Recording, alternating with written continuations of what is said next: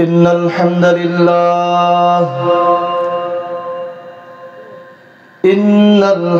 لله نحمده ونستعينه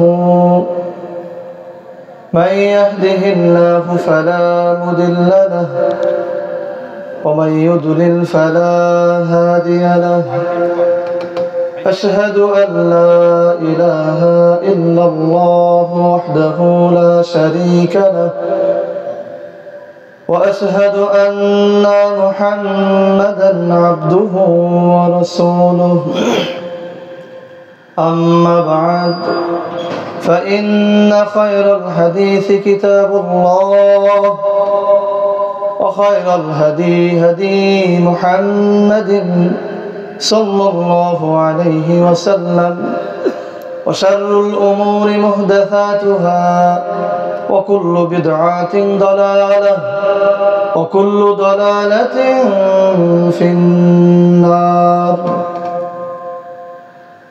মহান আল্লাহ সুবহানাহু ওয়া তাআলার দরবারে শুকরিয়া আদায় করছি। আল্লাহ রাব্বুল আলামিন আমাদের সকলকে দুনিয়ার যাবতীয় ব্যস্ততা ছিন্ন করে শয়তানের যাবতীয় তৎপরতা দূরে ঠেলে দিয়ে কোরআন এবং সুন্নাহর আলোচনা শোনার জন্য আমাদেরকে গ্রহণ করে নিয়েছেন। এই জন্য সে আল্লাহ তাআলার আলিশান দরবারে শুকরিয়া আদায় করে পড়ছি আলহামদুলিল্লাহ। এখানে আসতে পেরে আপনারা খুশি না বেজার? আমার সাথে পড়েন সুবহানাল্লাহ, আলহামদুলিল্লাহ, আল্লাহু আকবার, সুবহানাল্লাহ, আলহামদুলিল্লাহ, আল্লাহু আকবার, রব্বানা ওয়ালাকাল হামদ হামদান কাসীরান তাইয়িবান মুবারাকান ফীহি রব্বানা ওয়ালাকাল হামদ হামদান কাসীরান তাইয়িবান মুবারাকান ফীহি। এই যে আমরা যে দোয়া পড়লাম, আপনারা একটি নিয়ামতের মধ্যে প্রবেশ করে গেলেন, বলেন সুবহানাল্লাহ। সে নিয়ামতটা কি? রাসূল সাল্লাল্লাহু আলাইহি ওয়াসাল্লাম বলছেন, পৃথিবীতে একদল ফেরেশতা দায়িত্বরত থাকেন পৃথিবীর কোন ভূখণ্ডে কোন জায়গাতে আল্লাহ রাব্বুল আলামিনের তাসবিহ এবং তাহমিদ তাকবীর পাঠ করা হয়, সেই জায়গাগুলি তারা খুঁজে বেড়ান। যেখানেই আল্লাহ তাআলার তাসবিহ তাহমিদ তাকবীর পাঠ হয়, এরকম কোন জায়গা যখন তারা পেয়ে যান, তখন একজন ফেরেশতা আর একজন ফেরেশতাকে ডেকে বলেন, বা একজন ফেরেশতা ওই ফেরেশতাদের দলকে ডেকে বলেন, তোমরা চলে আসো, তোমাদের কর্তব্য সাধনের জন্য এখানে আসো। সেখানে তারা আসে আর তাদের ডানা দিয়ে ওই মজলিসটাকে আসমান পর্যন্ত ঢেকে নেয়।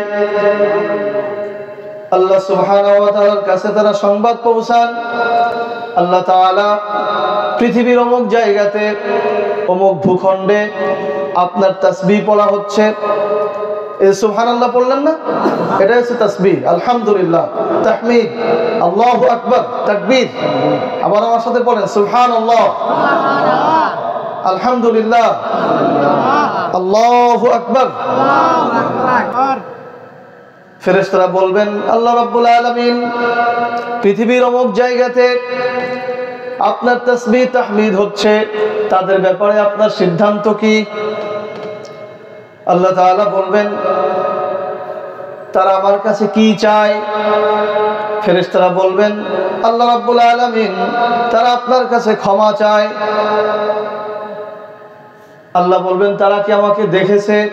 ফেরেশতারা বলবেন, আমার আপনাকে দেখে নাই। আল্লাহ তাআলা বলবেন, তারা আমাকে না দেখেই যেহেতু ক্ষমা চায়, যদি দেখতো তাহলে ক্ষমা পাওয়ার জন্য আরো বেশি উদ্গ্রীব হতো, আরো বেশি আগ্রহী হতো। না দেখেই যেহেতু ক্ষমা চায়, যাও আমি তাদেরকে ক্ষমা করে দিলাম। সেই লোকগুলোই তো আপনারা। ভাই সাউন্ড অনেক ভাষা হয়ে গেছে। আল্লাহ রাব্বুল আলামিন বলবেন তারা আর কি চায়? ফেরেশতারা বলবেন আল্লাহ তাআলা তারা আপনার জাহান্নাম থেকে মুক্তি চায়। আল্লাহ বলবেন তারা কি জাহান্নাম দেখেছে? আপনারা কি জাহান্নাম দেখেছেন? জাহান্নাম থেকে মুক্তি চান? সবাই মুক্তি চান? ফেরেশতারা বলবেন জাহান্নাম দেখে নাই। আল্লাহ বলবেন জাহান্নাম না দেখেই যেহেতু তারা মুক্তি চায়, যদি জাহান্নাম দেখতো তাহলে জাহান্নাম থেকে আরো দূরে সরে থাকতে চাইতো। জাহান্নাম না দেখেই যেহেতু মুক্তি চায়, তোমরা সাক্ষী থাকো আমি তাদেরকে জাহান্নাম থেকে মুক্ত করে দিলাম। সবাই সুবহানাল্লাহ। আল্লাহ তাআলা বলবেন তারা আর কি চায়? ফেরেশতারা বলবেন তারা জান্নাত চায়। আল্লাহ বলবেন তারা কি জান্নাত দেখেছে? আপনারা জান্নাত দেখেছেন? তারা জান্নাত দেখে নাই। আল্লাহ তাআলা বলবেন তারা জান্নাত না দেখেই যেহেতু জান্নাত চায়, যদি জান্নাত দেখতো জান্নাতের নিয়ামত দেখে তারা আরো বেশি করে জান্নাতে আসতে চাইতো। জান্নাত না দেখেই যেহেতু চায়, যাও তোমরা সাক্ষী থাকো আমি তাদেরকে জান্নাত দান করে দিলাম। আপনারাই তো তারা নাকি? ফেরেশতারা বলবেন আল্লাহ তাআলা ওই মজলিসে এমন কিছু লোক রয়েছে যারা এই নিয়ামতগুলো পাওয়ার জন্য আসে নাই, এমনিতেই এসেছে, তাদের ব্যাপারে আপনার সিদ্ধান্ত কি? আল্লাহ সুবহানাহু ওয়া তাআলা বলবেন ওই মজলিস এমন বারাকাতের মজলিস, এমন রহমতের মজলিস, ওখানে এসে কেউ বিমুখ হয়ে ফিরে যায় না। যারা এমনিতে ওখানে এসেছে তাদের জন্য আমি জান্নাত দান করে দিলাম। বলে সুবহানাল্লাহ। বুখারী শরীফের দাওয়াত অধ্যায়ের হাদিস। তাহলে এখানে এসে লাভ না লস? সবাই বলে লাভ না লস? কথা বললে বক্তব্য ভালো হবে। হ্যাঁ, আমাদের এই বক্তব্য শুধু এখানেই থাকবে না, সারা দেশে সারা পৃথিবীতে চলে যাবে। এর জন্য আপনাদেরও সহযোগিতার প্রয়োজন। আমরা এমন কিছু কথা বলবো যা জাতির জন্য খুবই প্রয়োজন। আমরা খুব বেশি সময় নেব না, আমরা যে কথা বলবো 30-40 মিনিটের মধ্যে শেষ ইনশাআল্লাহ। শুধু এটাই শেষ নয়, আনাস রাদিয়াল্লাহু তাআলা আনহু থেকে বর্ণিত হাদিস, রাসূল সাল্লাল্লাহু আলাইহি ওয়াসাল্লাম বলছেন লা গাদওয়াতুন ফি সাবিলিল্লাহ আও রাওহাতুন খায়রুম মিনাদ দুনিয়া ওয়া মা ফিহা। আল্লাহ বলছেন, রাসূল বলছেন আল্লাহর দ্বীনের জন্য আল্লাহর পথে এক সকাল অথবা এক বিকাল ব্যয় করা পৃথিবীর মধ্যে, আসমান এবং জমিনের মধ্যে যা কিছু আছে তার থেকে উত্তম। বলেন সুবহানাল্লাহ। এই যে আমরা এখানে বসেছি, কি জন্য বসেছি বলেন? এই আল্লাহর দ্বীনের পথেই বসেছি, আল্লাহর দ্বীন বিজয়ের জন্যই বসেছি, ঠিক কি না? তাহলে এই যে সময়টুকু আপনারা দিচ্ছেন মাগরিব থেকে এ পর্যন্ত, আসমান এবং জমিনের নিচে যত সময় আছে, যা কিছু আছে তার থেকে কি মূল্যবান। তাহলে এখানে বসতে পেরে আমরা কি খুশি না? প্রিয় ভাইয়েরা, আল্লাহর পথ, আল্লাহর পথটা আমাদেরকে ভালো করে বুঝতে হবে। ফি সাবিলিল্লাহর পথ, আল্লাহর পথ। আল্লাহর পথ মানে শুধু দাওয়াতের পথ নয়, আল্লাহর পথ মানে শুধু দান সৎকার পথ নয়। আমরা মনে করি ফি সাবিলিল্লাহ বা আল্লাহর পথ, এটা মানে হচ্ছে আল্লাহর পথে কিছু দান করা, এতিমখানায় দান করা, মসজিদে দান করা, মাদ্রাসায় দান করা, এরকমটাই সাধারণত আমরা ভাবি, ঠিক কি না? কিন্তু আসলে ফি সাবিলিল্লাহ মানে শুধু এতটুকুই নয়। ফি সাবিলিল্লাহ এর শাব্দিক অর্থ হচ্ছে আল্লাহর পথ। আল্লাহ সুবহানাহু ওয়া তাআলা কোরআনে ফি সাবিলিল্লাহ যত জায়গা বলেছেন, অধিকাংশ জায়গার আগে বলেছেন তুজাহিদুনা ফি সাবিলিল্লাহ, তুকাতিলুনা ফি সাবিলিল্লাহ। তোমরা আল্লাহর পথে জিহাদ করো, তোমরা আল্লাহর পথে কিতাল করো, যুদ্ধ করো আল্লাহর দ্বীন প্রতিষ্ঠার জন্য। কোরআনের আয়াতগুলো দ্বারা প্রমাণিত হয় যেই পথে চললে আল্লাহর দ্বীন প্রতিষ্ঠিত হয়, যেই পথে চললে আল্লাহর শাসন প্রতিষ্ঠিত হয়, যেই পথে চললে আল্লাহর আইন প্রতিষ্ঠিত হয়, সেই পথই হচ্ছে ফি সাবিলিল্লাহর পথ। ঠিক কি না বলেন? বুঝে আসছে কথা? সাহাবায়ে কেরামগণ এই ফি সাবিলিল্লাহর পথেই চলেছেন। এমনই একজন সাহাবী ছিলেন যার নাম আনাস ইবনে নজর রাদিয়াল্লাহু তাআলা আনহু। আনাস ইবনে নজর রাদিয়াল্লাহু তাআলা আনহু এমন সময় ইসলাম গ্রহণ করেছিলেন যখন তিনি বদরের যুদ্ধে অংশগ্রহণ করতে পারেননি। ইসলামের প্রথম যুদ্ধের নাম কি? বদরের যুদ্ধ। প্রিয় ভাইরা, কষ্ট হচ্ছে আপনাদের? বদরের যুদ্ধ। আনাস ইবনে নজর রাদিয়াল্লাহু তাআলা আনহু বদরের এই যুদ্ধে অংশগ্রহণ করতে পারেননি। বদরের যুদ্ধে অংশগ্রহণ করতে না পারার কারণে তিনি দুঃখ পেয়েছেন এবং আল্লাহকে বলছেন, আল্লাহ রাব্বুল আলামিন আমাকে যদি পরবর্তীতে আরেকটি যুদ্ধে অংশগ্রহণ করার সুযোগ করে দেন তাহলে আপনি দেখবেন আমি কি করি। কি কথা বলেছেন? আল্লাহকে বলছেন, আল্লাহ তাআলা আমি তো বদরের যুদ্ধে অংশগ্রহণ করতে পারিনি, আরেকটি যুদ্ধে যদি আমাকে অংশগ্রহণ করান তাহলে আমি আপনাকে দেখাবো যুদ্ধের ময়দানে আমি কি করতে পারি। সুবহানাল্লাহ। ঘটনাক্রমে উহুদের যুদ্ধ সংগঠিত হলো। উহুদের যুদ্ধে যখন মুসলিমরা সাময়িকভাবে পরাজিত হলো, পরাজয় বরণ করলো, মুসলিম মুজাহিদেরা, মুসলিম সৈনিকেরা যখন তরবারি ছেড়ে চলে যাচ্ছিল, তরবারি রেখে চলে যাচ্ছিল, এই আনাস ইবনে নজর রাদিয়াল্লাহু তাআলা উহুদের যুদ্ধে ছিলেন। তিনি বলছেন, ওই সৈনিকদেরকে বলছেন, তোমরা তরবারি ফেলে কোথায় চলে যাও?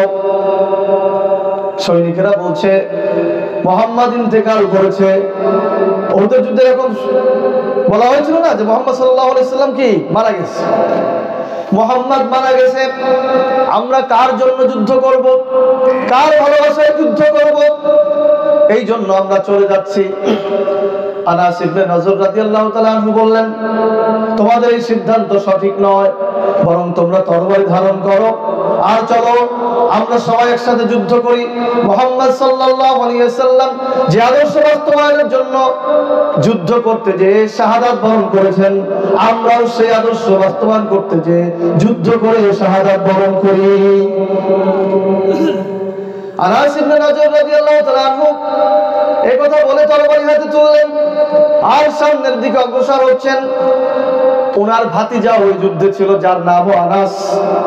বুখারী শরীফের হাদিস শোনাচ্ছি আপনাদের, জিহাদ অধ্যায়ের হাদিস। বুঝতে কষ্ট হচ্ছে না তো? আমরা তো মুসলিম, আমরা কি, আমরা শ্রেষ্ঠ, আমরা জ্ঞানী, আমরা বুঝবো না কেন? ঠিক কিনা বলেন? ওনার ভাতিজা আনাস রাদিয়াল্লাহু তাআলা বলছেন, চাচা আপনি কোথায় যাচ্ছেন? শত্রু সৈন্যের মধ্যে আপনি প্রবেশ করে যাচ্ছেন কেন? শত্রু সৈন্যের বুদ্ধের মধ্যে আপনি ঢুকে যাচ্ছেন না, আপনি তো নিশ্চিত বিপদের মধ্যে পড়বেন। আনাস ইবনে নজর রাদিয়াল্লাহু তাআলা বলছেন, আমি সামনে অগ্রসর হচ্ছি এই জন্য ওই যে উহুদের প্রান্ত থেকে আমার নাকে জান্নাতের ঘ্রাণ আসছে। বলেন সুবহানাল্লাহ। এই জন্য আমি সামনে অগ্রসর হচ্ছি। আনাস ইবনে নজর রাদিয়াল্লাহু তাআলা জীবনের মায়া ত্যাগ করে রাসূলের আদর্শ বাস্তবায়নের জন্য উহুদের ময়দানে শত্রু সৈন্যের মধ্যে ঢুকে পড়লেন। অসংখ্য শত্রু সৈন্যকে, কাফেরদেরকে ধরাশায়ী করে নিজেও শাহাদাত বরণ করলেন। ওনার শরীরে ৮০টি আঘাত লেগেছিল, তীর বর্ষার ৮০টি আঘাত ওনার শরীরে লেগেছিল। ওনাকে চেনার মতো কোনো পরিবেশ ছিল না। ওনার বোন পরদিন সকালে ওনার আঙ্গুলের অগ্রভাগ দেখে কোন এক চিহ্ন দেখে চিহ্নিত করেছিলেন, এটা আমার ভাই, এছাড়া আর কেউ চিনতে পারছিল না। প্রিয় ভাইরা, আনাস ইবনে নজর রাদিয়াল্লাহু তাআলা ওই যে আল্লাহকে বলেছিলেন, আল্লাহ তাআলা আপনি যদি আরেকটি যুদ্ধে আমাকে অংশগ্রহণ করান তাহলে দেখবেন আমি কি করি। এই যে দেখিয়েছিলেন এভাবে আল্লাহ সুবহানাহু ওয়া তাআলা এই আনাস ইবনে নজর রাদিয়াল্লাহু তাআলা আনহুকে উদ্দেশ্য করে আয়াত অবতীর্ণ করেছিলেন ومن الناس من يشري نفسه ابتغاء مرضات الله والله رؤوف بالعباد আল্লাহ তাআলা বলেন ومن الناس من يشري نفسه ابتغاء مرضات الله মানুষের মধ্যে এমন কতক লোক রয়েছে, মানুষের মধ্যে এমন কিছু মানুষ রয়েছে যারা আল্লাহর সন্তুষ্টির জন্য তাদের প্রাণ বিক্রি করে দিয়েছে, আত্মা বিক্রি করে দিয়েছে।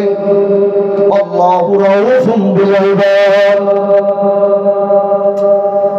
আর এই সমস্ত বান্দাদের উপরে আল্লাহ তাআলা রহম করেন, বলেন সুবহানাল্লাহ। প্রিয় ভাইয়েরা, এটাই হচ্ছে ফি সাবিলিল্লাহর পথ, যে পথে সাহাবায়ে কেরাম চলেছেন, রাসূল সাল্লাল্লাহু আলাইহি ওয়াসাল্লাম চলেছেন। এটাই হচ্ছে কি ফি সাবিলিল্লাহর পথ। আমাদের মুসলিমদেরকে এই পথেই চলতে হবে। আমরা রাজি আছি ইনশাআল্লাহ? প্রিয় ভাইরা, আমি একটা নির্দিষ্ট বিষয় আলোচনা করব। আমাদের জাতির জন্য প্রয়োজন, অত্যন্ত প্রয়োজন। এমন কিছু কথা আমাদের বলতে হবে, আপনাদেরও কাজে লাগবে, মুসলিম জাতিরও কাজে লাগবে। প্রিয় ভাইরা, আমরা যে মূল বিষয়টি নিয়ে আলোচনা করব, আমাদের আলোচনার বিষয় হচ্ছে খেলাফত শাসন ব্যবস্থা। আলোচনার বিষয় খেলাফত শাসন ব্যবস্থা। আলোচনার বিষয় খেলাফত শাসন ব্যবস্থা। বিষয়টি কি অত্যন্ত কঠিন হয়ে যাবে? একটু বোঝার চেষ্টা করেন, বুঝবেন ইনশাআল্লাহ। প্রিয় ভাইরা, আমাদের দেশ এবং আমাদের এই দেশের জনগণ একটি শাসন ব্যবস্থায় পরিচালিত হয়। আমাদের দেশ এবং আমাদের দেশের জনগণ একটি শাসন ব্যবস্থায় পরিচালিত হয়, যেই শাসন ব্যবস্থার নাম হচ্ছে গণতান্ত্রিক শাসন ব্যবস্থা। এই শাসন ব্যবস্থার নাম কি? গণতান্ত্রিক শাসন ব্যবস্থা। এই শাসন ব্যবস্থার নিয়ম হচ্ছে মানুষ আইন তৈরি করবে আর মানুষই শাসন করবে। মানুষ আইন তৈরি করবে, আবার মানুষই শাসন করবে। এটি হচ্ছে এই শাসন ব্যবস্থার সিস্টেম বা পদ্ধতি। এই শাসন ব্যবস্থা মুসলিমদের শাসন ব্যবস্থা নয়। এই শাসন ব্যবস্থা মুসলিমদের শাসন ব্যবস্থা নয়। এটি হচ্ছে ব্রিটিশ, খ্রিস্টান, ইহুদি, মুশরিক তাদের শাসন ব্যবস্থা। তারা এই শাসন ব্যবস্থাকে তৈরি করেছে মুসলিমদেরকে পরাজিত করে রাখার জন্য, মুসলিম শাসনকে পরাজিত করে রাখার জন্য। তাদের উদ্দেশ্যই হচ্ছে এই শাসন ব্যবস্থা দিয়ে আমরা মুসলিমদেরকে পরাজিত করব, মুসলিমদের যে শাসন ব্যবস্থা সেটাকেও আমরা পরাজিত করব। প্রিয় ভাইরা, আমাদের মনে রাখতে হবে, আমরা মুসলিম, আমরাই শ্রেষ্ঠ জাতি। আল্লাহ তাআলা আমাদেরকে উদ্দেশ্য করে বলেছেন, কুনতুম খায়রা উম্মাহ উখরিজাত লিন-নাস তা'মুরুনা বিল মা'রুফ ওয়া তানহাউনা আনিল মুনকার। তোমরাই হচ্ছে শ্রেষ্ঠ জাতি, আমি তোমাদেরকে বের করেছি গোটা মানব জাতির জন্য। তোমরা সৎ কাজে আদেশ করবে, অসৎ কাজে নিষেধ করবে। আমরা এই যে এখন যে শাসন ব্যবস্থার অধীনে শাসিত হচ্ছি, এটি আমাদের শাসন ব্যবস্থা নয়, বরং আমরাই একসময় পৃথিবীব্যাপী শাসন কার্য পরিচালনা করেছি। ঠিক কিনা বলেন? খেলাফত শাসন ব্যবস্থা একসময় ছিল কিনা? ছিল। মুসলিমরাই শাসন করেছে, কিন্তু ইহুদি, খ্রিস্টানরা, ব্রিটিশরা ষড়যন্ত্র করে দীর্ঘ প্রচেষ্টা, যুদ্ধের মাধ্যমে আমাদের সেই খেলাফত ব্যবস্থাকে পরাজিত করেছে। প্রিয় ভাইয়েরা, এই খেলাফত ব্যবস্থা 30 বছর পর্যন্ত ছিল রাসূল সাল্লাল্লাহু আলাইহি ওয়াসাল্লামের সময়। 30 বছর পর্যন্ত ছিল, পরিপূর্ণভাবে খেলাফত প্রতিষ্ঠিত ছিল। পরবর্তীতে 1924 সাল পর্যন্ত তুর্কিস্তানে খেলাফত ব্যবস্থা ছিল। পরবর্তীতে ইহুদি, খ্রিস্টানরা সেটাকে পরাজিত করেছে। প্রিয় ভাইয়েরা, আমরা কি আবারও সেই খেলাফত ব্যবস্থায় ফিরে যেতে চাই? আমরা আবারও সেই খেলাফত ব্যবস্থায় ফিরে যেতে চাই, ঠিক কিনা? কারণ আমরা মুসলিম, আমরাই শ্রেষ্ঠ, আমরা ওদের শাসন ব্যবস্থা কেন নেব?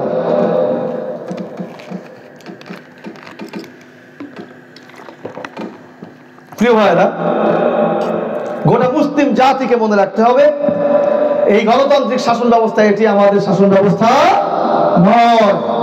আমাদের শাসন ব্যবস্থা হচ্ছে খেলাফত শাসন ব্যবস্থা। আমরা 7টি পয়েন্টের উপর আলোচনা করেই শেষ করে ফেলবো ইনশাআল্লাহ।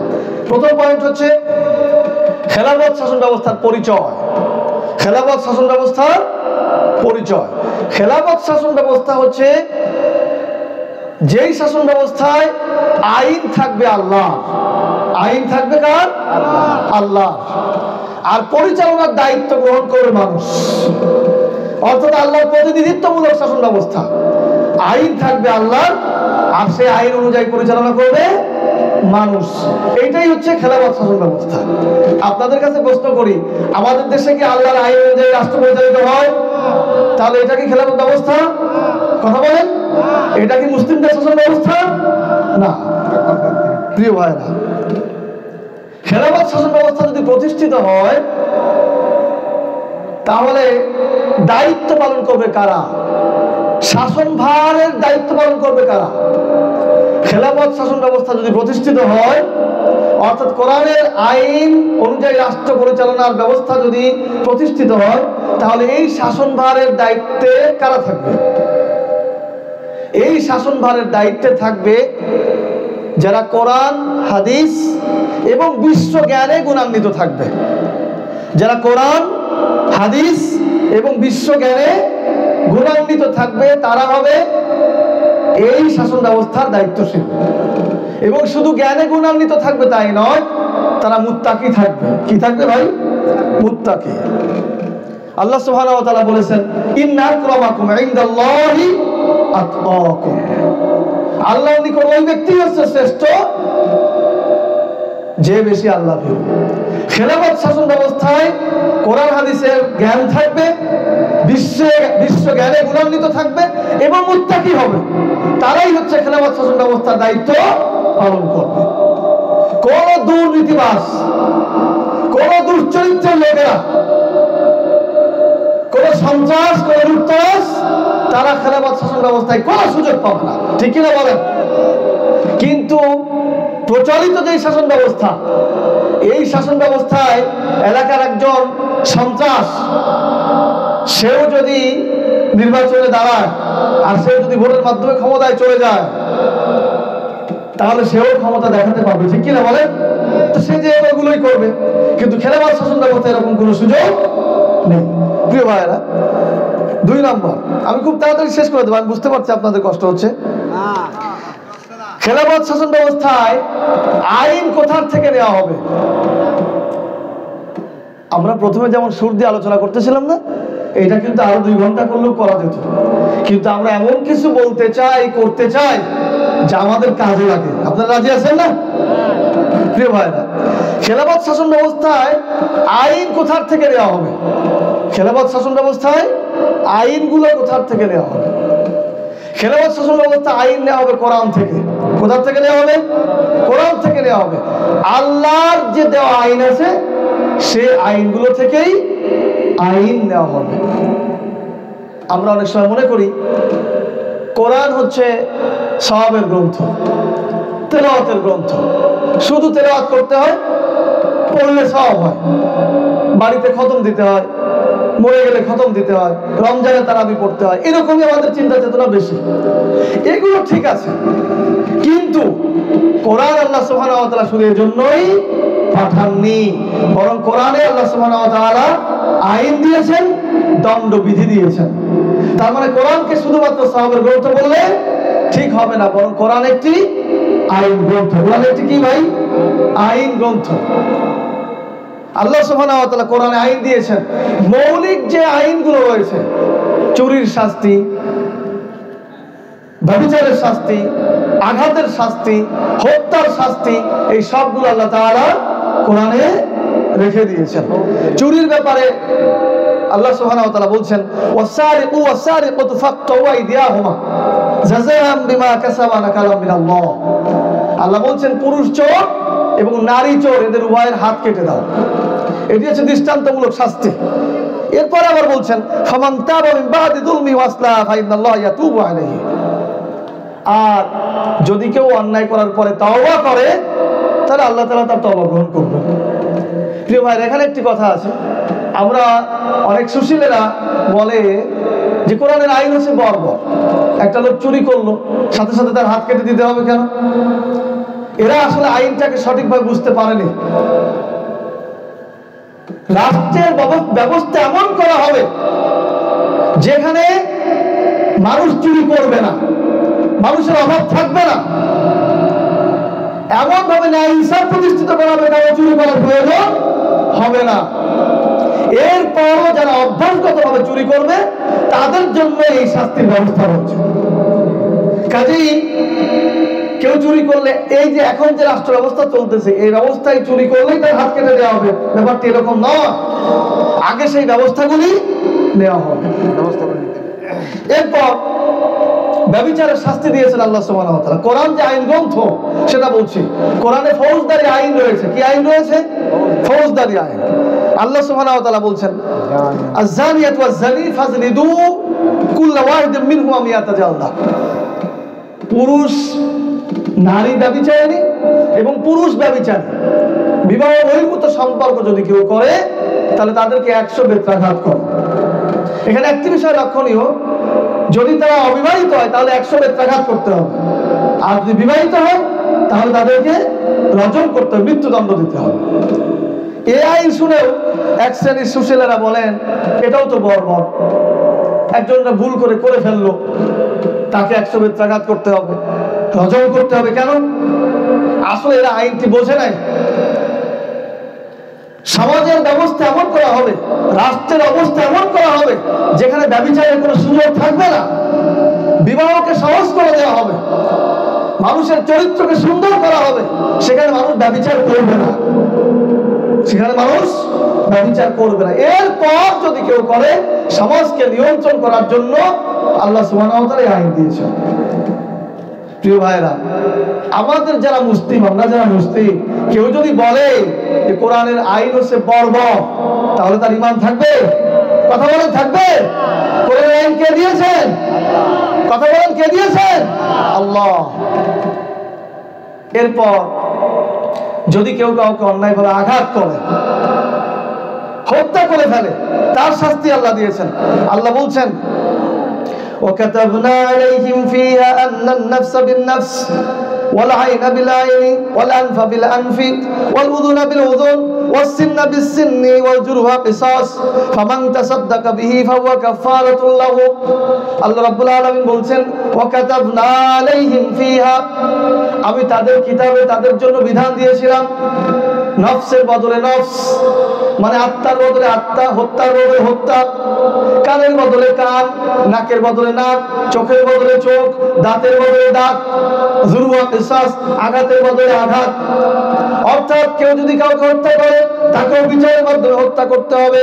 কেউ যদি কারো কান কেটে ফেলে তারও কান কেটে ফেলতে হবে। কেউ যদি কারো নাক ভেঙে ফেলে তারও নাক ভেঙে ফেলতে হবে। কেউ যদি কারো চোখ তুলে ফেলে তারও চোখ তুলে ফেলতে হবে। এটা হচ্ছে বিচারের মাধ্যমে। কিসের মাধ্যমে? বিচারের মাধ্যমে। এখন সুশীলেরা বলেন বা সাধারণ রাজনীতিবিদেরা বলেন এটাও তো বর্বর হয়ে গেল। আসলে তারা শেষ পর্যন্ত শোনে নাই।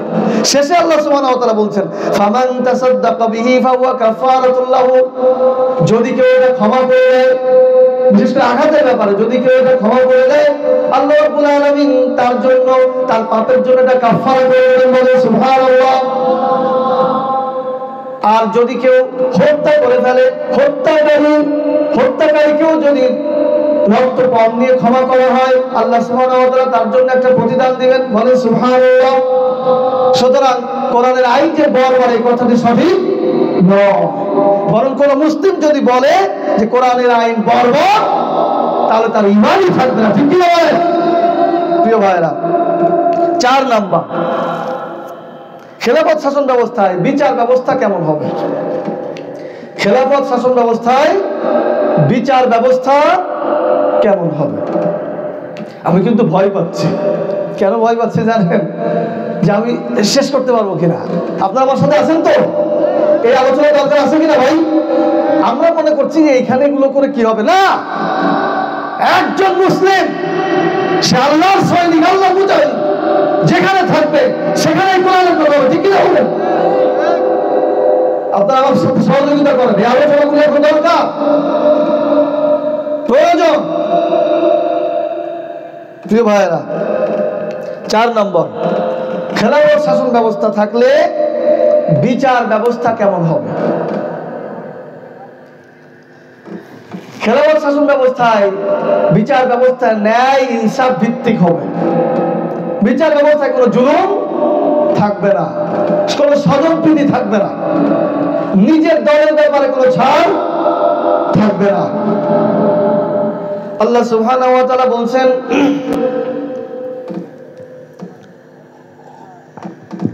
ইয়া আইয়ুহাল্লাযীনা আমানু কুনু কাওয়ামিনা বিল কিসতি শুহাদা'a লিল্লাহ। ইয়া আইয়ুহাল্লাযীনা আমানু কুনু কাওয়ামিনা বিল কিসতি শুহাদা'a লিল্লাহ ولو على أنفسكم وبالوالدين والأقربين إن يكن غنيا وفقيرا فالله أولى بهما فلا تتبعوا الهوى। আল্লাহ বলছেন, হে ঈমানদারেরা, তোমরা সত্যের সাক্ষ্যদানে সুপ্রতিষ্ঠিত হয়ে যাও, সত্যের সাক্ষ্যদানে সুপ্রতিষ্ঠিত হয়ে যাও। বিচারের ক্ষেত্রে, সত্য বলার ক্ষেত্রে, ন্যায় ইনসাফ প্রতিষ্ঠার ক্ষেত্রে সুপ্রতিষ্ঠিত হয়ে যাও। যদিও তা তোমার নিজের বিরুদ্ধে যায়, আবিল ওয়ালিদাইন, যদি তোমার পিতামাতার বিরুদ্ধে যায়, ওয়ালাল আকরাবিন, যদি তা তোমার নিকটাত্মীয়ের বিরুদ্ধে যায়, ইয়াকুন গানিয়া ওয়া ফাকিরা, ধনীর বিরুদ্ধে যায়, দরিদ্রের বিরুদ্ধে যায়, তবুও তুমি সত্য কথা বলার জন্য, ন্যায় ইনসাফ প্রতিষ্ঠার জন্য, বিচার করার জন্য, ন্যায় বিচার করার জন্য সুপ্রতিষ্ঠিত হয়ে যাও। কে বলেছেন? আল্লাহ। খেলাফত শাসন ব্যবস্থা থাকলে বিচার ব্যবস্থা হবে ন্যায় ইনসাফ ভিত্তিক। এখানে কোনো জুলুম থাকবে না, কোনো স্বজনপ্রীতি থাকবে না, নিজের দলের লোকের অপরাধ করে তাদেরকে ছাড় দেওয়া হবে না। মুহাম্মদ সাল্লাল্লাহু আলাইহি ওয়াসাল্লামের সময় যখন কোরআনের আইন প্রতিষ্ঠিত হয়েছিল, একজন নবমুসলিম মহিলা চুরি করে ফেলেছিলেন, নতুন ইসলাম গ্রহণ করেছে। সাহাবায়ে কেরামগণ পরামর্শ করছেন, এই মহিলার যদি এখনই হুদুদ অনুযায়ী, কোরআনের শাস্তি অনুযায়ী হাত কাটা হয়, তাহলে যারা মুনাফিক রয়েছে এবং দূরে যারা রয়েছে তারা বলবে, দেখো মুহাম্মাদের উম্মতেরা এখনই চুরি করা শুরু করেছে। সুতরাং সুপারিশ করা যাক যে এই মহিলা যেহেতু নতুন, তাকে একটু ছাড় দেওয়া যায় কিনা। সাহাবায়ে কেরামগণ মুহাম্মদ সাল্লাল্লাহু আলাইহি ওয়াসাল্লামকে বোঝানোর চেষ্টা করলেন, আল্লাহর রাসূল, এই মহিলা নতুন ইসলাম গ্রহণ করেছে, যদি এখনই তার হাত কেটে দেওয়া হয়, মুনাফিকেরা বলবে আপনার উম্মতেরা চুরি করছে, দেখেন একটু ছাড় দেওয়া যায় কিনা। রাসূল সাল্লাল্লাহু আলাইহি ওয়াসাল্লাম বললেন, তিনি রেগে গেলেন, তার চোখ লাল হয়ে গেল, তিনি খুতবা দেওয়ার জন্য দাঁড়ালেন। তিনি সাহাবাদেরকে উদ্দেশ্য করে বললেন, তোমরা আমাকে এমন বিষয়ে সুপারিশ করছো যেই বিষয়ে সুপারিশ যদি আমি গ্রহণ করি তাহলে আল্লাহর বিধান থেকে আমাকে সরে আসতে হয়। তোমরা শুনে নাও, আজকে এই মহিলা না, যদি এই মহিলা ছাড়া আমার কন্যা ফাতেমাও যদি চুরি করত, আমার কথা বোঝা যাচ্ছে, আমার কন্যা ফাতেমাও যদি চুরি করত, আল্লাহর বিধান বাস্তবায়নের জন্য আমি আমার কন্যার হাত কাটতেও পিছু পা হতাম না। বলেন সুবহানাল্লাহ। এটি হচ্ছে ইনসাফ, খেলাফতের ন্যায় বিচার। প্রিয় ভাইয়েরা, ওমর রাদিয়াল্লাহু তাআলা আনহু ছিলেন খলিফা। ওমর রাদিয়াল্লাহু তাআলা আনহু ছিলেন শাসক, খলিফা। তার নিকটাত্মীয় মদ পান করেছে। কি পান করেছে? মদ পান করেছে। ওমর রাদিয়াল্লাহু তাআলা আনহু ইনসাফ প্রতিষ্ঠা করার জন্য, ন্যায় প্রতিষ্ঠা করার জন্য তার সেই নিকটাত্মীয়ের উপরে যে 80 বেত্রাঘাত, মদ পানের শাস্তি হচ্ছে 80 বেত্রাঘাত, সেই শাস্তি তিনি বাস্তবায়ন করেছেন। প্রিয় ভাই, এটাই হচ্ছে খেলাফতের ন্যায় বিচার, ন্যায় ইনসাফ। খলিফার নিকটাত্মীয় অন্যায় করেছে, তার শাস্তিও কি যথাযথ রয়েছে। সাধারণ বিচার ব্যবস্থা আমরা কি দেখেছি? নিজের দলের লোকদেরকে ছেড়ে দেওয়া হয়, আর বিরোধী দলের লোকদেরকে, নিরাপরাধ মানুষদেরকেও বছরের পর বছর, যুগের পর যুগ কারাগারে রাখা হয়। ঠিক কিনা বলেন প্রিয় ভাইরা? 5 নম্বর, খেলাফত শাসন ব্যবস্থায় জনগণের আর্থিক অবস্থা কেমন থাকবে? খেলাফত শাসন ব্যবস্থায় জনগণের আর্থিক অবস্থা কেমন থাকবে? খেলাফত শাসন ব্যবস্থায় অর্থ ব্যবস্থা গ্রহণ করা হবে জাকাত ভিত্তিক। গণতান্ত্রিক শাসন ব্যবস্থায় অর্থনীতি হচ্ছে সুদ ভিত্তিক, আর খেলাফত শাসন ব্যবস্থায় অর্থনীতি হচ্ছে জাকাত ভিত্তিক। পদ্ধতি কি হবে? এলাকার ধনীদের কাছ থেকে জাকাত নেওয়া হবে, আর সেখানে দরিদ্রদেরকে আবার জাকাত দেওয়া হবে। আর ওই শাড়ি লুঙ্গি কেনার জন্য দেওয়া হবে না, স্বাবলম্বী করার জন্য দেওয়া হবে। কি করার জন্য দেওয়া হবে? স্বাবলম্বী করার জন্য দেওয়া হবে। এবছর যাকে জাকাত দেওয়া হবে সেই অর্থ নিয়ে আগামী বছর সেই প্রায় কি জাকাত দেওয়ার মতো হয়ে যাবে। এভাবে খেলাফত শাসন ব্যবস্থায় জাকাত ব্যবস্থা এমন ভাবে কায়েম করা হবে, এমন ভাবে জাকাত ব্যবস্থা, অর্থ ব্যবস্থা কায়েম করা হবে, দরিদ্র লোক খুঁজে পাওয়া যাবে না। তার একটি উদাহরণ রয়েছে। ওমর ইবনে আব্দুল আজিজ রাহিমাহুল্লাহ, ওমর ইবনে আব্দুল আজিজ রাহিমাহুল্লাহ, যাকে পঞ্চম খলিফা বলা হয়, তার শাসন আমলের সময় মানুষের অবস্থা এমন ছিল, অর্থনৈতিক অবস্থা এত উন্নত ছিল, জাকাত নেওয়ার লোক ছিল না।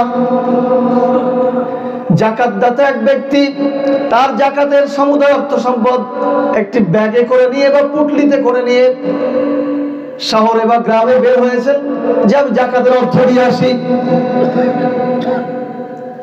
তিনি 3 দিন ধরে ঘুরছেন, কাকে জাকাত দেব, কোন লোককে জাকাত দেব, জাকাত দেওয়ার মতো কেউ নেই। 3 দিন ঘুরে তিনি বিপর্যস্ত হয়ে পড়েছেন, জীর্ণ শীর্ণ হয়ে রাস্তার পাশে বসে আছেন পুটলি রেখে। ওই পথ দিয়ে আরেকজন ব্যক্তি আসছিল, সেও জাকাতের অর্থ দেওয়ার জন্য আসছে।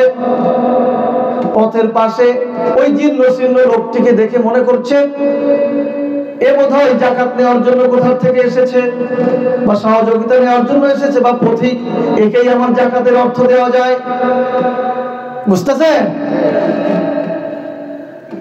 ওই দ্বিতীয় লোকটি প্রথম লোককে বলছে, ভাই আমার কাছে জাকাতের অর্থ রয়েছে, এই জাকাতের অর্থ তুমি নাও, নিয়ে আমাকে মুক্ত করো। 3 দিন ঘুরে বেড়ানো লোকটা বলছে, তুমি কি মনে করো, আমাকে কি দরিদ্র মনে করো? এই যে পুটলিতে আমার জাকাতের সম্পদ রয়েছে, জাকাতের অর্থ রয়েছে, আমি 3 দিন ধরে খুঁজে বেড়াচ্ছি কাকে জাকাত দেব, কাকে জাকাত দেব, কাকে জাকাত দেব, এরকম একজন লোক খুঁজে পাইনি। বলেন সুবহানাল্লাহ। এটি হচ্ছে খেলাফত শাসন ব্যবস্থা। খেলাফত শাসন ব্যবস্থা একজন দরিদ্র মানুষ খুঁজে পাওয়া যাবে না। আর এই গণতান্ত্রিক শাসন ব্যবস্থা সুদ ভিত্তিক শাসন ব্যবস্থা, এখানে সুদ দিয়ে আমাদের দরিদ্রদেরকে আরো দরিদ্র করেছে। ঠিক কিনা ঠিক বলেন? এই যে লোন দেয় না ভাই, লোন দিয়ে আমাদের শোধ করতে যে বাপের জমি বিক্রি করা লাগে, ঠিক কিনা বলেন? খেলাফত শাসন ব্যবস্থা এমন নয়, সুদ হারাম। আল্লাহ এবং তার রাসূলের সাথে যুদ্ধের সময় আল্লাহ বলছেন, ইয়া আইয়ুহাল্লাযীনা আমানু ইত্তাকুল্লাহ ওয়া দারু আরদিয়া মিনার রিবা ইন কুনতুম মুমিনিন ফাইন লাম তাফআলু ফাআযানু বিহারবিন মিনাল্লাহি ওয়া রাসূলিহি। হে বিশ্বাসীরা, তোমরা আল্লাহকে ভয় করো আর সুদের লেনদেন ছেড়ে দাও। যদি তোমরা না ছাড়ো তাহলে আল্লাহ এবং তার রাসূলের বিরুদ্ধে যুদ্ধের জন্য প্রস্তুত হয়ে যায়। প্রিয় ভাইরা, ইহুদি খ্রিস্টানরা এনজিওর নামে আমাদের মুসলিমদের ঈমান ধ্বংস করার জন্য রমজে রমজে সুদ জোটা হয়েছে। ঠিক কি না বলেন? এখান থেকে পরিত্রাণ পেতে হলে এই গণতান্ত্রিক প্রচলিত শাসন ব্যবস্থা ছেড়ে খেলাফত শাসন ব্যবস্থা আসতে হবে। কি আমরা রাজি আছি? প্রিয় ভাইরা, 6 নম্বর, খেলাফত শাসন ব্যবস্থায় নারীদের অবস্থা কেমন হবে?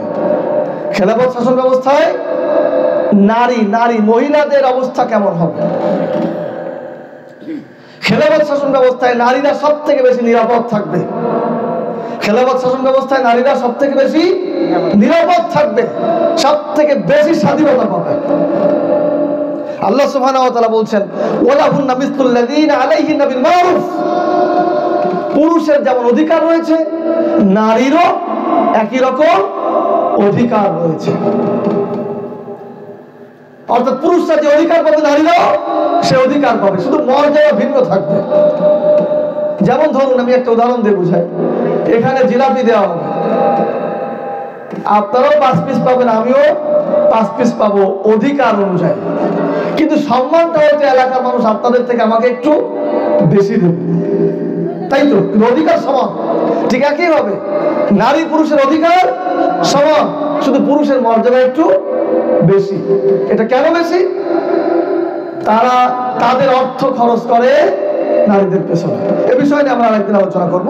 যে কথা বলছিলাম, খেলাফত শাসন ব্যবস্থায় নারীরা সব থেকে বেশি নিরাপদ থাকবে, সব থেকে বেশি স্বাধীনতা পাবে। তার উদাহরণ কি?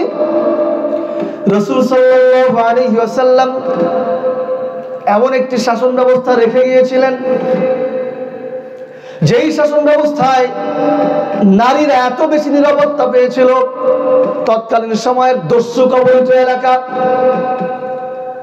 ডাকাতরা যে এলাকায় বেশি বসবাস করতো সেই এলাকাতেও, সানা থেকে হাজরা মাউদ বলা হয় যে এলাকা, অনেক দূরত্বের রাস্তা, এই রাস্তাগুলোতে তৎকালীন সময়ের মেয়েরা, যুবতীরা একা একা রাস্তা দিয়ে হেঁটে যেত, একজন যুবক তাদের দিকে তাকানোর সাহস পেবে না।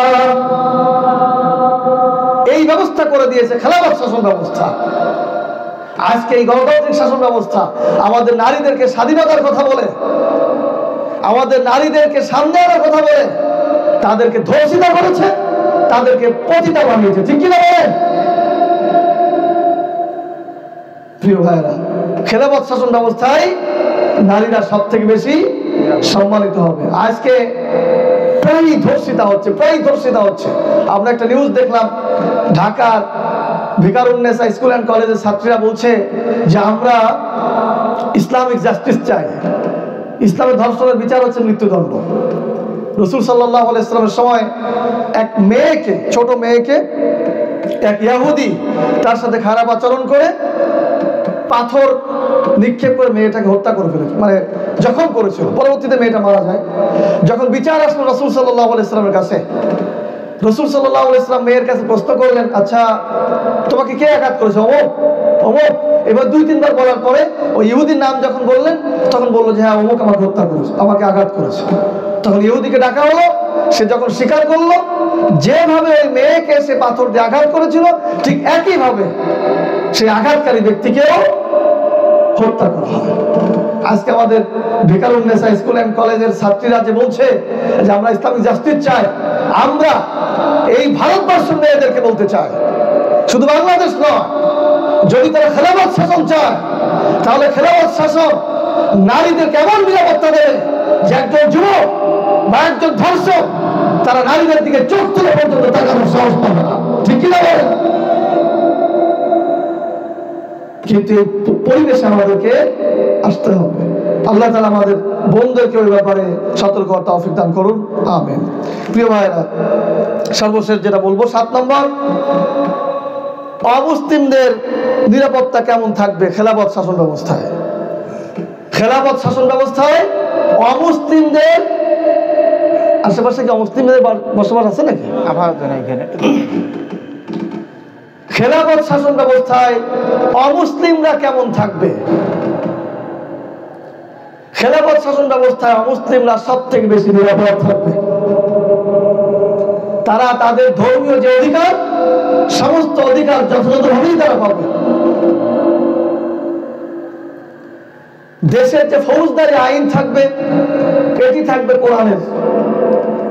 মারামারি কাটাকাটি এইগুলোর বিচার সবার জন্য সমান, কিন্তু ধর্মীয় আইন মানে তাদের ধর্মের যে ইবাদত সেইটা তাদের ধর্মগ্রন্থ থেকে নেওয়া হবে। তারা তাদের স্বাধীনতা অনুযায়ী ধর্ম পালন করতে পারবে। দুঃখজনক হলো যারা মুসলিম বিদ্বেষী, যারা খেলাফতের বিরুদ্ধে, তারা এই প্রপাগান্ডা চালিয়েছে যদি মুসলিমরা ক্ষমতায় চলে আসে আলেমরা যদি ক্ষমতায় চলে আসে তাহলে তোমরা আর দেশে থাকতে পারবে না, তোমাদেরকে মেরে কেটে ফেলা হবে, তোমাদের মেয়েদেরকে ধরে নিয়ে যাওয়া হবে, ইত্যাদি ইত্যাদি। এই কথাগুলো বলে এই খেলাফত শাসন ব্যবস্থার বিরোধী করে রেখেছে তাদের। অথচ অমুসলিমরা সব থেকে বেশি নিরাপত্তা পাবে খেলাফত শাসন ব্যবস্থায়। আল্লাহ সুবহানাহু ওয়া তাআলা বলেছেন, লা ইকরাহা ফিদ্দীন, তোমরা দিন নিয়ে জবরদস্তি করো না। যখন ইসলাম পরিস্ফুটিত হয়ে যাবে, ইসলামের বিধান যখন পরিস্ফুটিত হয়ে যাবে, যে কোনটা ঠিক কোনটা বেঠিক যখন পরিষ্কার হয়ে যাবে, তখন কারোর উপরে দিন চাপাই দেবে না। এখানে একটি বিষয় আছে, এই দিন চাপাই দেবে না মানে অমুসলিমদের উপরে চাপাই দেবে না। কিন্তু যদি কেউ নিজেকে মুসলিম দাবি করে, সে নামাজ পড়বে না, এটা হবে না, তাকে জোর করে নামাজ পড়াতে হবে। কারণ তুমি মুসলিম, যদি তুমি নামাজ পড়তে না চাও তো মুসলিম হয়ে যাও, মুসলিম বললে তোমাকে নামাজ পড়তে হবে। এই লা ইকরাহা ফিদ্দীন মানে হচ্ছে অমুসলিমদের উপরে দিন চাপানো যাবে না, কিন্তু মুসলিম হয়ে কেউ দিন পালন করবে না, এটা হবে না। প্রিয় ভাইরা, যেটা বলছিলাম, অমুসলিমদের উপরে ইসলামের কোনো বিধান চাপানো হবে না, বরং তারা ইসলামী খেলাফতে, ইসলামী শাসনে নিরাপদ থাকবে। যার একটি উদাহরণ দেব, সম্রাট নুরউদ্দিন জাহাঙ্গীর ছিলেন, ভারতের শাসন করেছেন যে তিনি।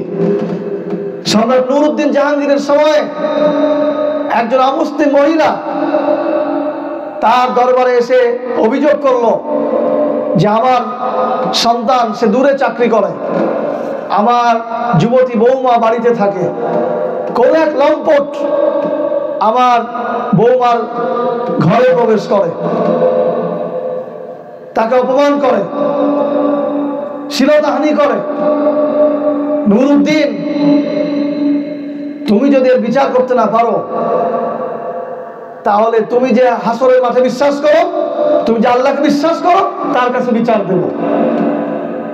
ভালো করে বলছেন, একজন বৃদ্ধা মহিলা এসে, অমুসলিম মহিলা, সম্রাট নুরউদ্দিন জাহাঙ্গীর, ভারতের বাদশা যিনি, তাকে এসে বলছে আমার ছেলে দূরে চাকরি করে, আর এই সুযোগে আমার ঘরে একজন লম্পট আসে, আমার বৌমাকে শ্লীলতাহানি করে। বিচার যদি তুমি করতে না পারো, তাহলে তুমি যে হাসরে বিশ্বাস করো, যে আল্লাহকে বিশ্বাস করো, তার কাছে হাসরে ময়দানে বিচার দেবো। নুরউদ্দিন বললেন, বুড়িমা তুমি যাও, আমি বিচার করে দেব। নুরউদ্দিন ওই লম্পটকে ধরার জন্য ওই মহিলার বাড়ির পাশে এসে দাঁড়ায় থাকেন। খোড়া তরবারি নিয়ে একদিন দাঁড়ায় আছেন, হঠাৎ শোনা গেল ভেতর থেকে চিৎকার আসতেছে।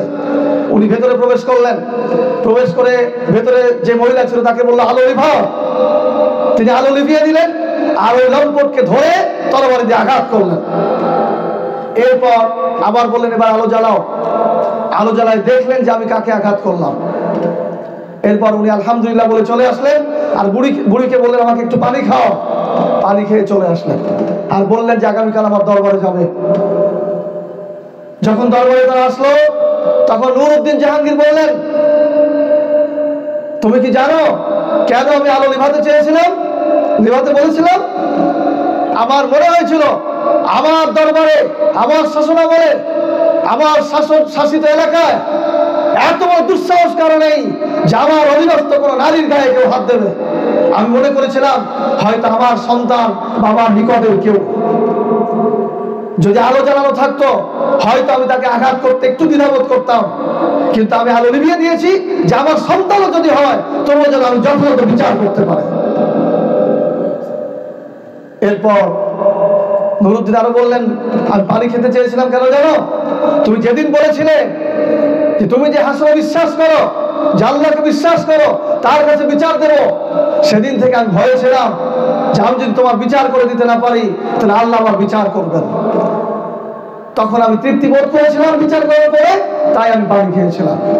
এরপর সম্রাট নুরউদ্দিন জাহাঙ্গীর তার মুকুট খুলে বলেছিলেন, হে অমুসলিম বৃদ্ধা মহিলা, তুমি শুনে রাখো, এই যে ভারতের মুকুট, এই মুকুটের যত মূল্য তার থেকে তোমার বৌমার সম্মানের মূল্য আমি মুসলিম হিসেবে আমার কাছে অনেক বেশি।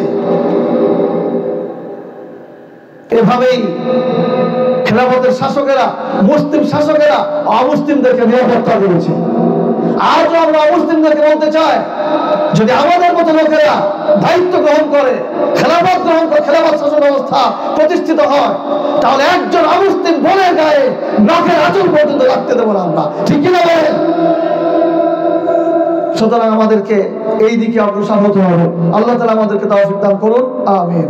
প্রিয় ভাইরা, সর্বশেষ যেটা বলবো, এই খেলাফত শাসন ব্যবস্থা প্রতিষ্ঠার জন্য করণীয়টা কি? শুধু এখানে বসে থাকলেই কি হয়ে যাবে? হয়ে যাবে নাকি? আমরা আমাদের যুবক তরুণ ভাইদেরকে বলতে চাই, এই খেলাফত শাসন ব্যবস্থা নতুন শাসন ব্যবস্থা নয়, এটি আল্লাহ প্রদত্ত শাসন ব্যবস্থা।